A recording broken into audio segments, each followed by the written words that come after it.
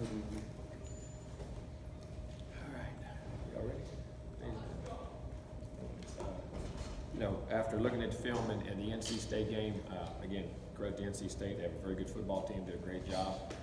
Thought our kids competed in the game very well. Thought they played very hard. Thought it was a very physical football game. It was a really good football game. But some areas that we'll get our guys in and we'll coach them up better and to be able to execute some different situations a little better and key things. And that's on us as coaches, and that's me as a head coach to make sure that gets done. And again, our kids cared and they did a great job of competing in the game. We have to execute a little better in some situations, but again, that goes on us as coaches to be able to make sure that we can do that at that particular time and gives ourselves a chance to be successful in some key moments in the game. But like on that, we got to get ready to go play a great Wake Forest team, who's a very, very good football team, who's undefeated. Defensively, have one of the top teams in the country and have been. Their scheme and what they do. Offensively, have gotten much better, got more experience at quarterback and things, and we go. So we'll correct the things today, finish correcting the things today from the NC State game, progress on and get ready to play a Wake Forest team. But we got some improvement to make. We made some improvement in areas. We'll continue to grow. But I still like the makeup of this team and what we have the ability to do. Yes, sir. Jimbo, when you look back at the film, what would you say are the most critical mistakes that stood out to you in terms of areas of improvement? Well, I mean, I thought special teams we were really good, came back in that area, and I think we have to finish, finish some drives in the red zone. We had opportunities down there and had plays that we could have made. I think we got to get started faster on defense a little bit better. Hopefully, you can shut guys down, not get behind in that area. But then they had times in which they played really well. We needed to get the ball back at the end with a stop, and we gave up some third and longs, a couple there. Offensively, we created some big plays, ran the ball really well, had great balance till the 2-minute drive before the half, which is an excellent thing to do. And then at the end of the game, when you got behind 2 scores, we had to pick it up a little bit, but had some chances there and finalize in those areas. So we'll just have to continue to grow there. And some of the I say unforced penalties, the penalty areas, we had a couple extra penalties which we didn't need. We had them backed up once. We jumped off sides 3 or 4 times in that regard, and we don't need to do that. Hadn't been doing it. Hadn't been doing it in practice. And hadn't been doing it the first game.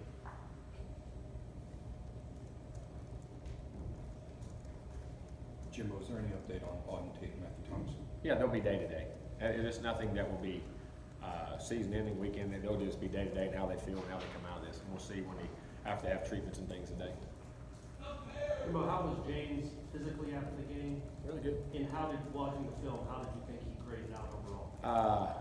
Thought he did some really nice things, special. A lot of little detail things. Could carry out fakes a little better. But I think he was so worried about making sure he handed the ball off, made the right read and the right check, and carry some of those things out. But as far as the passing game, handling the blitz, making decisions where to go with the ball, was really good in the game. Going to the right guy for the right reasons and the right coverage. With some of our RPOs, he made really good throws and decisions and had some big plays on it. If we'd have had a couple other blocks, we could have won them, probably led to a touchdown in the other. We had some things that he did there that I was really, really happy with. Was accurate and gave us a chance to be successful in the game. Made some really critical third down throws and gives chances on others. I thought he had a very solid game, especially for a first game and what was going on, the type of team he was playing. He graded out pretty good. Jimbo, James, he hit Auden downfield by a long third down. Before that, he seemed a little shaky, but from that, I think he was like 9 of his next 11 or something like that. Do you think maybe just having that success? Well, we hit the first pass with a screen, then we ran it, then we had a 3rd and 6, which was very makeable. Then we had a 3rd and long, so we had a penalty on the jump, which he got pressured. Then he missed Auden on we had a bootleg, which he threw away. We had a naked, which we should have had protected. We had a wide open comeback, and we didn't seal the edge. It would have been perfect for him just trying to boot and move him around the pocket and get a couple of those early. And then he threw it away. Then he missed Auden just off his fingertips, and then after that, he got really good. I mean, a couple of times he had contested throws, and then the other one he just barely missed, and then he got hot. And I mean, that happens. I mean, that's part of the game. We need to help around him a little better, but that I didn't think the start, I thought he was pretty good. The one throw, like I say, with Auden was just a little long on the sideline. Other than that, early throws, I thought he was really good. Do you think they'll connecting on that one kind of? Oh, I don't think there's no doubt. I think it gets to, we hit a couple first downs there, and you get that, okay, I got this, and it's like, okay, I can do this. You know what I'm saying? And then you get going. That's like anything, and they did, but it did get him kick-started, and he took off. Did you have any concern about Blackman? Did you have any concern about Blackman being on the Saturday that he answered the game? That noise, I'm sorry. Did you have any concern about Blackman heading into Saturday's game that he answered? Yeah, I mean, do you ever go out there and do it on the field? Does the moment overwhelm a guy? Does it get too big for a guy? And there's another moment going on the road this week. There's going to be a learning curve all the way through. But you know, that first thing of just and how he communicates and how he can handle failure or success. We had a couple failures early, like we talked about, like Tim said right there, and then he got hot. So I mean, it was a great sign, you know. And it was funny, he did that in practice the other day. It was one of the practice. He started off just a hair slow, and it wasn't sharp, and all of a sudden, you know, he doesn't allow it to resonate in him. You know what I mean? He keeps moving on, and that's an important part, especially for young players, because they want to do so good sometimes that they become their own worst enemies if they don't have success immediately. And there was a lot of those areas which you wonder until he gets in the game, and he went in and handled all those situations. So from that standpoint, that's one of the things I like to see.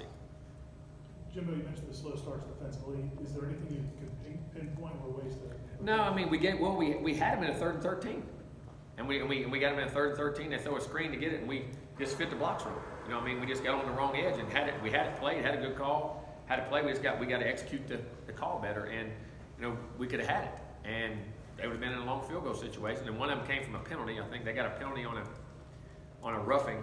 You know that one of those was on that deal, and there was something else on that drive, if I'm not mistaken. I can't think off the top of my head.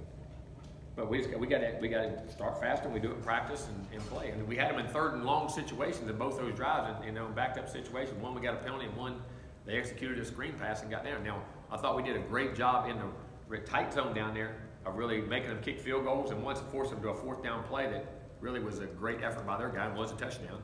I mean, the guys need, you know, we had a great tackle there. Our guys executed down there and didn't give up on the drive, but we got to get off the field in those 3rd downs. That was the key. I mean, 'cause we had them in 3rd down on both situations. They didn't run the ball well early, and we had them in 3rd and 7 or more on 2 of those and just didn't execute. Coach, just on Blackman's first start, how much harder is it on a freshman quarterback to be playing from behind, and then how do you think he responded to that pressure? I think he responded very well. I mean, it's definitely, you always want to play from ahead, but sometimes, I know this may sound crazy, sometimes how you call it, and then when you get ahead, you say, okay, you guys they get scared too. They got to learn to do that too. That's another step when you do get ahead of playing aggressive but intelligent at the same time, and not, because when you're behind, sometimes you can be a little looser in a crazy way, but those are 1-score games. So to me, it was behind, but it really became after the first 2 drives we got back to 10-7, it was a 1-score game back and forth, so it was still very close. So it was kind of like, wasn't really playing from behind as much as you would be 2 or 3 scores, you know what I'm saying? But, you know, those are all parts of growing, and you have to do it, and I thought he did a real nice job. Jimbo, with James, it seemed he was very expressive, saying things like "my bad" and doing hand motions when he was communicating with you guys. He does that. I mean, that's one of the things that encouraged me. He is a take charge guy, and as far as, you know, he owns up to things he thinks he can do better. A lot of things, when it's not always his fault, he's willing to do that because he always has the team in mind, in my opinion, what he does. And that's kind of the qualities I said about him that I really liked. Remember, you hear me in camp talking about him. This guy, how I liked him, what I did. A lot of the little qualities that I see in guys that are very successful, the mental makeup and the psychological makeup, I see, and that's kind of the things, what you're seeing right there. How big of a difference is communication with him in practice versus in the game? Did you like how quickly he responded? It was very similar. It was very, and that's why one of the reasons I try to do practice like we do, and try to be as intense on guys and push guys and challenge guys. And he's a guy who knows it's not perfect. He loves it.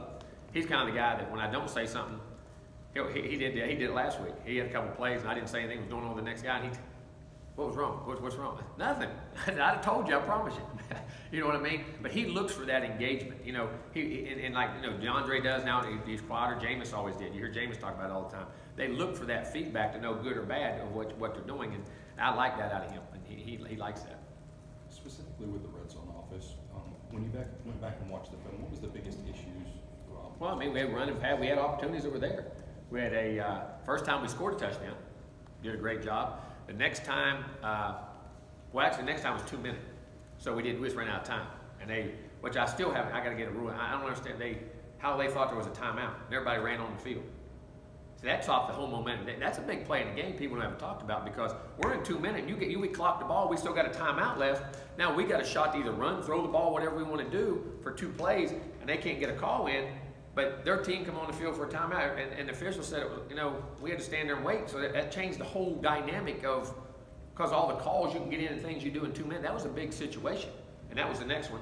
Then the third one was we hit the post route. We had to play action. He was trying to go over. We hit Auden down there, and we ran an RPO. And if we push cracked it, I mean, out there wide, I mean, we had an RPO, and if we called take 2, the guy's got man, you go crack his guy, it would have.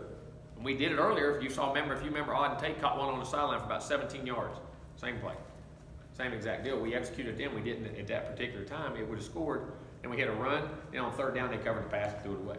You know, we had the RPO on first down. And the next time, we hit the go route to George. Had down on the 12, run a play action pass. They covered, went to the backside. The guy just, when he stumbled and fell out of his route, so he got sacked. And then we ran it, and then we had a third and long and just missed off Nooney's fingertips down there in that regard. And then we ran it the other times. We ran it, mixed it. And the other times at the end of the game, we didn't execute. And we had guys open, and we dropped one, and then got pressure on another on the last drive. Could have executed there. So, I mean, that was scenarios. But that's the thing we work on a lot, but we'll continue to work on. We'll get them right. You talked earlier kind of about the onus on you and your coaching staff to do better with the players.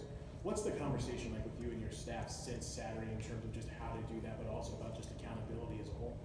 Well, we're all accountable. Nobody's not backing up. We're very accountable. Not accountability as a whole. That's there no matter what. We're accountable for everything that happens, and that's what you do. So I mean, there's not a conversation. We just got to make sure that our players understand what we want them to do, how we want them to do it.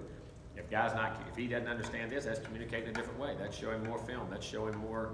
Does he need more video cut-ups? Does he need more of this? And we evaluate each guy to help him what we think would make him play better in those scenarios. And that's what we went through, guy by guy, person by person, which we do. But we do that after every game, whether we win or lose.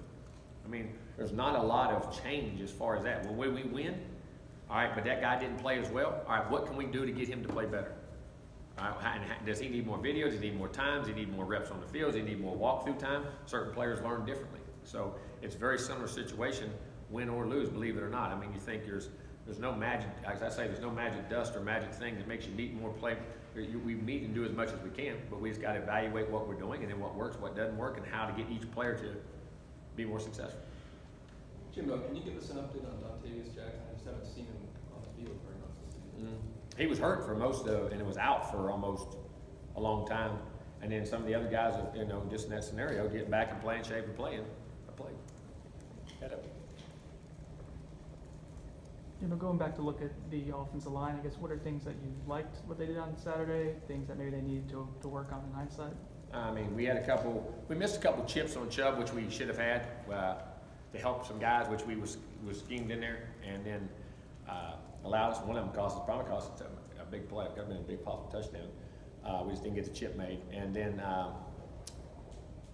we run blocked pretty well for the most part. We ran the ball well.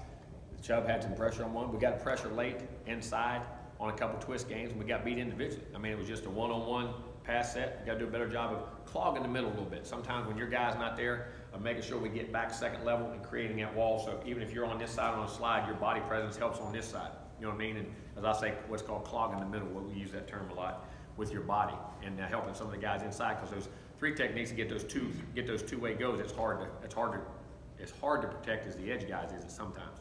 So in those areas, we got to do a little bit better job. We get a couple hits there, and then we got to keep chipping like we did in the first game against Alabama, and continue to do it there in this game. And our run blocking was pretty good. We ran the ball decently well. Just continue to grow in all those areas. All right, we're gonna go to the phone now for Chris. Hey Jimbo, how you doing? Hey Chris, how you doing, buddy? Doing great. I was watching Blackman on Saturday. Would you consider putting him more in a shotgun to get him adjusted to the speed of college football? Because it seems like when he was under center, he didn't have that time to get back and throw the football, and he looked like he was chasing. I know NC State had a great defense, but do you consider putting him more in a shotgun to get him adjusted? To the he was in the shotgun about 85% of the time in that game, if I'm not mistaken. He was in there a bunch, and then the ones underneath, he had a nice post throw to. Well, no, those were all guns. There was hardly any of those underneath, to be honest with you. I mean, most of them were all guns. He might have been in there more than that if I have to look at it. So, but he'll continue to do the things we got to do in the positions to make him successful.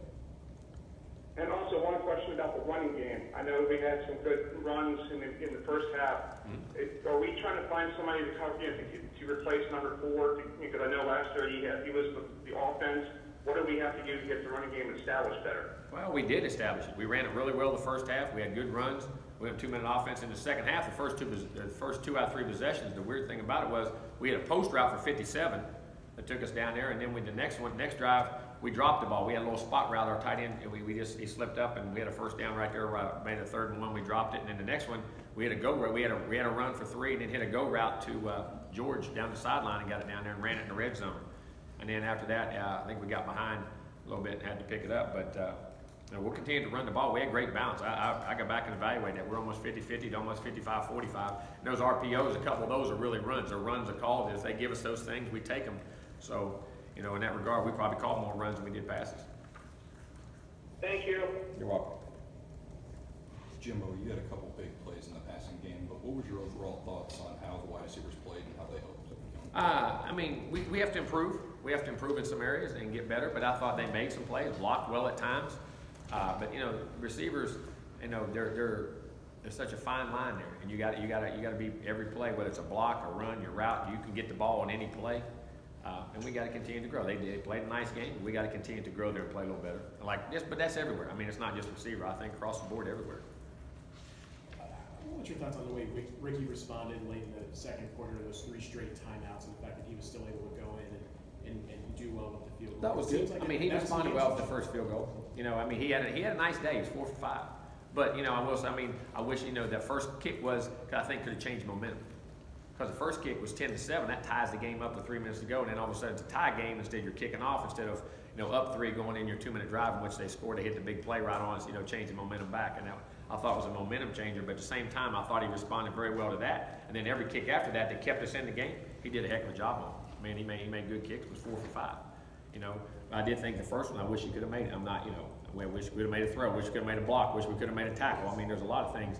That was another play in that game that I thought was a pretty critical momentum play, because that would have tied the game up with 3 minutes to go in the half and where you're at. But at the same time, then he responds right back, doesn't let that bother him. He comes back on a 2-minute drive when we're down 2 scores, and they call the 3 timeouts like you talked about, and then bounce back. I think that's a sign of his maturity, and he did a heck of a job in that regard. Very proud of him in that way. Jimbo, with Auden specifically, what were some things that you were seeing on film that allowed him and James to kind of get in a groove and for him to have 9 receptions in the game? Well, I think the reads took him there. It wasn't things we tried to get some balls there, and in other ways give the options to where we were going with the football. And I think there were some run formations that they were playing the run, because once we got the running game going, we were able to hit play action on both of those. A nice comeback he hit. The post route was off a hard play action off the runs in which we had broken earlier in the game. They tied into that, and then in the 2-minute situations when they were bringing blitz, which they were trying to pressure the young quarterback, he had him in one-on-one situations and allowed him to go to it. And Auden's a big guy that can play over the top, but he's really polished his game underneath for his routes and his body size. So I think all that together, and it's a shame that he got hurt, because he was having one heck of a day and was doing a great job blocking too. Is that a left shoulder injury or a collarbone? I want to say it is left shoulder. Now that you asked that, I'm trying to say that because I'm trying to think off the top of my head. Because he hurt the one last year in the Sugar Bowl. It's the opposite one. It's a left shoulder. Yeah, so I'm pretty sure it's a left shoulder. With him being day-to-day, I guess, how fortunate is that for James in the passing game? That they have a guy of his experience back that will get back into the swing of things, because he's a great player for us. The guy's he's a difference maker, and not only that, he from leadership point, experience point. There's so many different things. Jimbo, can you explain the RPOs? Because you look at the stats, and the running backs had 20 carries, and I think he dropped back 39, 40 times. So on RPO, all those bubble routes. Okay. There's 8 or 9 of them. There was a call. I call them right here. There's like the first one was a screen. Then we had that. Then we had runs. Then we had an F line where we could give it on a run. And when he missed a throw to 26 coming in the flat. Remember we would have been wide open. He made the perfect read, just missed the throw. You can run or pull the screen and throw it. The bubble route to Auden down the sideline, we got runs on inside. And if they all bunch the box and give us those outside, just like they were doing, it's what they were doing, all their slants and hitches, and then they bunch the box, you're just throwing that bubble out there. So that's a run. To us, those aren't passes. Those are runs. If you throw them out there and you gain 5, you ran 5 yards on a run, would you ever pass it? No. And if you gain, we averaged about 8.5, 9 yards a play on those routes and those little screen routes. So those are run and pass options that when they bunch the box and create the leverage outside, we just throw it out there. And so those are really run. In our minds, that's part of our running game. It's receivers running the ball. And you're still blocking the run inside. The defense has to play the run in what you're doing. That's, and we had 1, 2, let's go down right here. 3, and you went 2 minutes, 3 or 4 in the first half. We're about balanced. We're 50-50. In the first one, we missed one right off the bat in the second half. We had a run on miss. Remember, he overthrew it 2 passes to Nooney to the left on the first play. The next play was a play action. We hit the post. Then the next one was a run play after we hit the Keith in the flat. That's when I said if we push crack and take 2, and he block it, walks in. That's the one we had done earlier. That's one. Then we ran it. Then we ran it, dropped a spot, ran it, hit the deep ball, play action. The Tennessee, look, we had the one we threw to Nooney in the flat. That's 6 of them right there. I'm trying to get down the line right here. Then you had Cooter. Then we had the Juice. We had, and then we had 7 of them. We had 7 of them that we threw that were run past. So really, in your drop back, take 7 off and add 7 runs, theoretically, in what you're trying to call. I don't know what it ended up, but it would have been about 27 to 30, it would have been about 50-50 in the cut. Then you had a 2-minute drive in there, and you had 2 minutes at the end of the game. So in most calls, 2-minute situations and third down situations, you probably ran it more than you actually threw it in the game. And a lot of theirs, you didn't realize a lot of theirs were. A lot of those slants and hitches and things they did are all runs that are called that are, that's what the NFL, I mean, that's the, when guys bunch the box and you can't, there's too many people in there to block. That's what you end up doing. Best things we've done since we've been here. I mean, it ain't no different. You mentioned the shorter passes for NC State, and you said last week they're going to get rid of the ball quickly. And, I guess with the pressure, were you confident with the pressure you guys were getting on them? No, we need to affect the quarterback more, but at the same time, there weren't many 3rd and longs. And you got we need to pressure them. But some of those 3rd and longs, like I said, they got out, they hit a quick screen. You go look at their conversion on 3rd and long, it was a quick screen to the left on the first one. They bubble pumped the screen on the right and threw it like a quick route, and which we did too. That's why we got a couple of ours in there in that regard. So they didn't hold it long, but we still got to continue to get pressure and affect them. We didn't affect it enough. Jimbo, can you just give some impressions on Wake Forest? How they have experienced quarterback, tight end, some other guys? Various quarterback, tight end, scoring on offense, really good defensive football team. If you go back and look, they're probably one of the top. I don't know what they're ranked right now, but they're really high in defense, and they have been. You go back and look at the film last year. Even last year, the teams that got it. If you remember the Louisville looked like they scored 40 points, but if you remember, it was 12 to 6, or I mean 10 to 3, 10 to 7. I don't know what it was, something like that, with all the way into the 4th quarter. You know what I mean? Clemson the same way. I mean, they broke late because they had to take chances on offense, and then finally turned the ball over and did some things. But defensive, man, they're a heck of a football team. And then offensive, they've got so much more experience. It's the same guys that have played for the last 3 years. Now you're seeing them get better.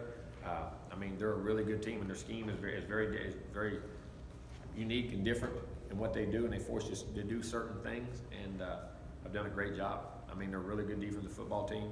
4-0, playing very confident, and you know, have gotten more experience on offense, and now they're scoring points.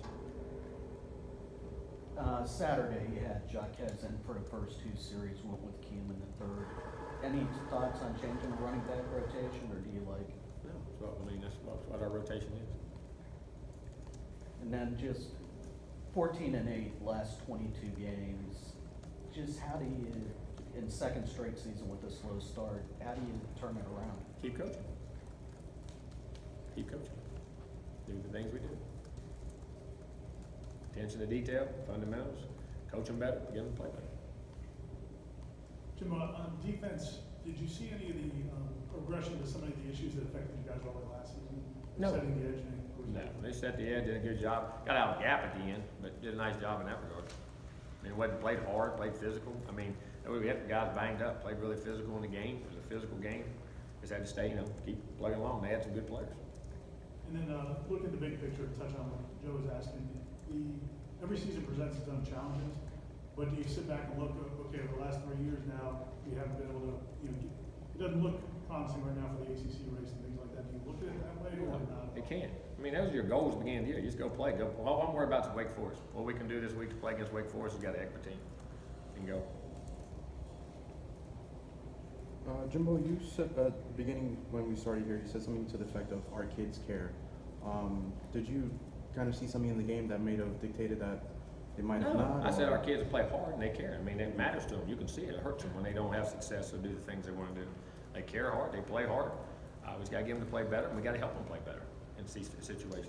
You always wonder what kids care and it matters to them. You know what I'm saying? And I think that's a big factor. When things matter to you, you improve, and I think they do. They've done everything we ask, and we got to continue to help them do better.